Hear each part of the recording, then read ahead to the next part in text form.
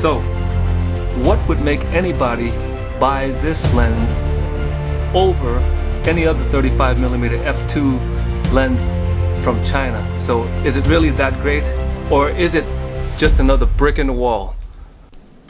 What is going down, you awesome and war-torn camera freaks and geeks?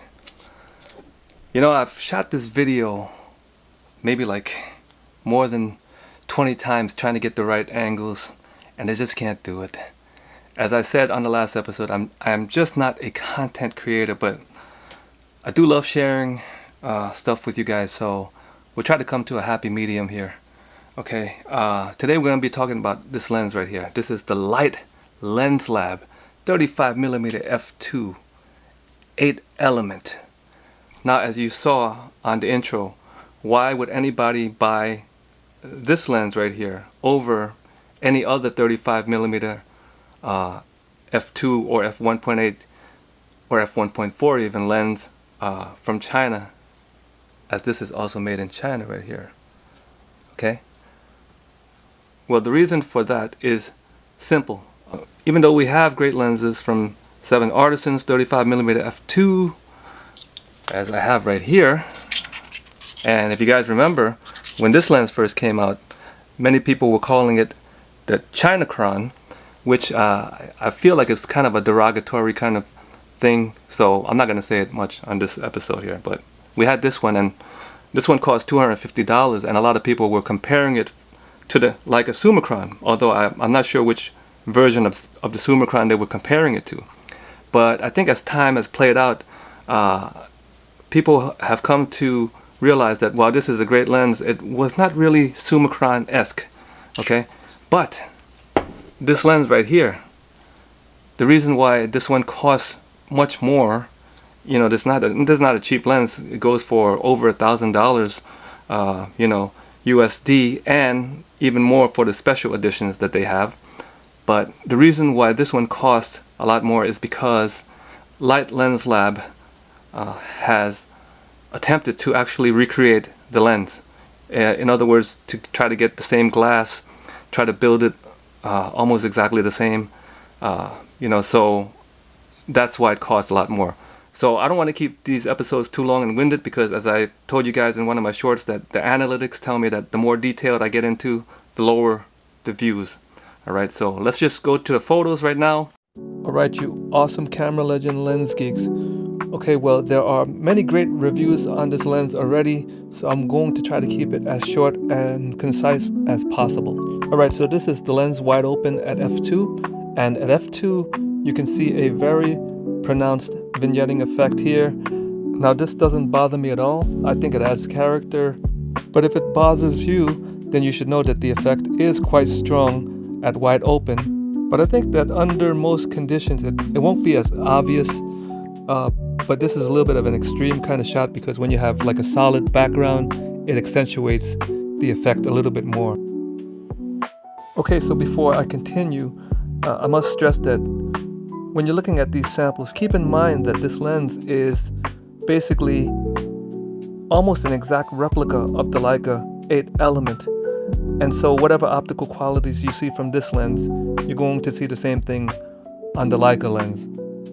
Okay, so let's crop in a little closer to check out the sharpness at f2. And at f2, I think the sharpness is very good. It's not like modern day super sharp good, but it's a vintage lens good. Okay, this is meant to be a vintage lens clone. Okay, so like most lenses, when you stop down this lens, it gets sharper. And I think the sweet spot for this lens is somewhere between f4 to f8. And this shot was taken at f5.6 on my Leica M monochrome. And let's crop in a little bit so you guys can see. Here's the bottom, and here is the top. So I think the sharpness here is going to be fine for any kind of work that I'm going to do. But is it sharp enough for you?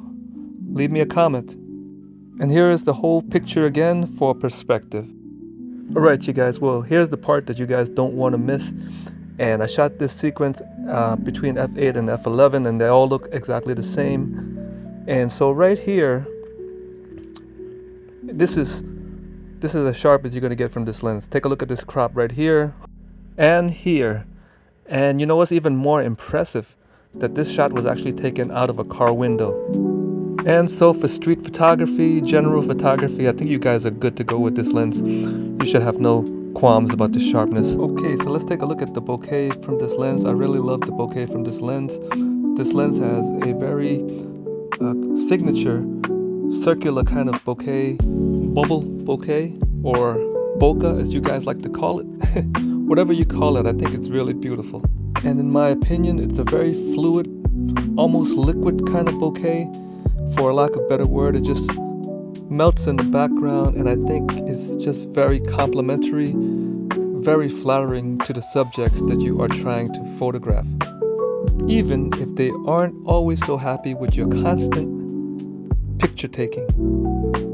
Being a clone of a vintage, over 50-year-old Leica lens, this lens does have lower contrast, which helps to create images with a softer, warmer, and more vintage look to them. Now, I was absolutely amazed at how well this lens performed for night shots with my Leica M9. I absolutely love these shots. I know they're grainy, but man, they just remind me a lot of the old slide film, and a lot has to do with the M9 too, but the lens helps a lot because of the lower contrast, because of the characteristics that we've mentioned before.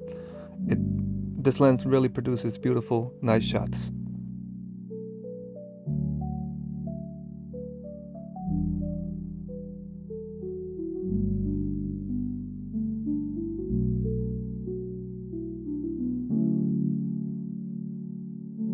Alright you guys, so I was almost done with this video until I realized that this video would not be complete without some film shots from the Light Lens Lab 35mm f2 8 Element.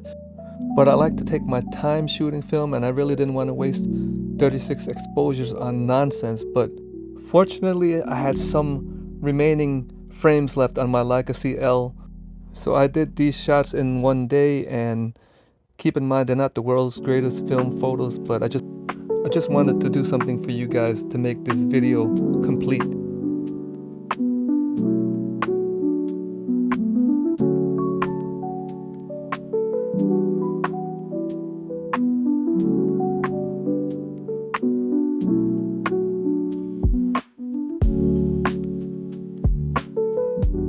So this lens right here, in your hand right here, there's just a feeling of quality. You know, it's small, but it's very substantial, it's very hefty. You could feel it, you could feel the quality. Oh, I just want to tell you guys one more thing. Yes, one reason that it took me a while to do this video, where I had 90% of this video done, is because I was supposed to get the original Leica 35mm f2 8 Element on loan so I could do this episode. But as it turns out, that was not to be, because my source tells me that the lens that was supposed to come to me is actually still in a CLA, which it should have been done a long time ago, but it's still there, unfortunately. So if and when I actually get that lens in, I will do a comparison, and if there's anything noteworthy, I'll tell you guys. But from all that I've seen, you know, online over the years, and samples right here on YouTube from all the great reviewers, I really think that this is actually a close clone of the Leica 8 Element. I think it looks great. Okay, the lock, the infinity lock, which some people don't like, but it's easy enough to push it down right there.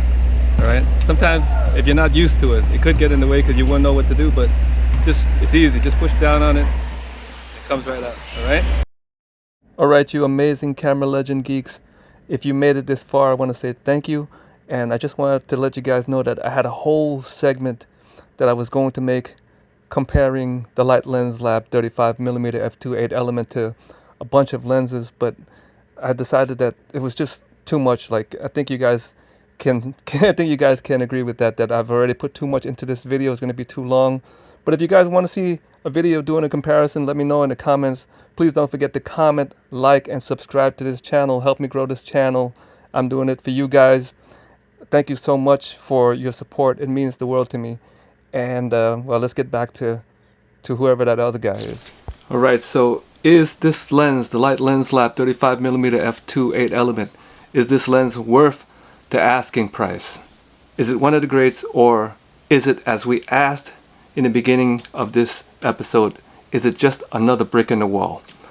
Well, my best answer to that would be, it's like that brick that's sticking out in a Jenga game. It's a brick that you want to pull and you want to pull out, but you're afraid that your world will come crashing down. Well, my answer is, this is a brick that's worth pulling out. I totally recommend this lens. I think it's a fantastic lens. Now, understand though, if you're going to get a Summicron and you don't really know what you're looking for, you have so many choices, because the wall is full of great 35mm M-mount Leica lenses. You have plenty of options for great lenses that will satisfy you for years.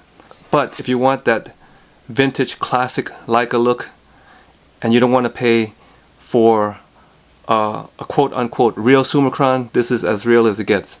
This to me is just like getting that first version 8 element Leica. And like I told you guys earlier, I am going to get one of those in for testing on loan, so I'm going to find out for myself if there are any real differences. But based on all that I've seen, I think I'm just going to be wasting my time, because they are very, very close. Alright, so that's my recommendation. If you got the money, honey, this is your disease. And if you don't, you could do as well with the other options that I've mentioned and some that I've not mentioned. Just do your research. You're going to find many great 35mm lenses in the Leica M mount. Alright, so I hope this episode was helpful to you guys. Thank you so much for watching. And until next time, I have put a roll of film in here because this lens has inspired me to actually shoot more black and white film, and I'm very happy about that, because black and white was always my first love. Right, so thank you guys so much for watching, and until the next episode, let's take a beautiful vintage but modern Light Lens Lab 35mm f2 8 element Summicron clone. Beautiful vintage modern picture of you guys at the count of 3. 1, 2, 3. And I will catch you guys next time on thecameralegend.com. Say it with me, guys. YouTube channel. One of these days I'm going to tell you where that originated from.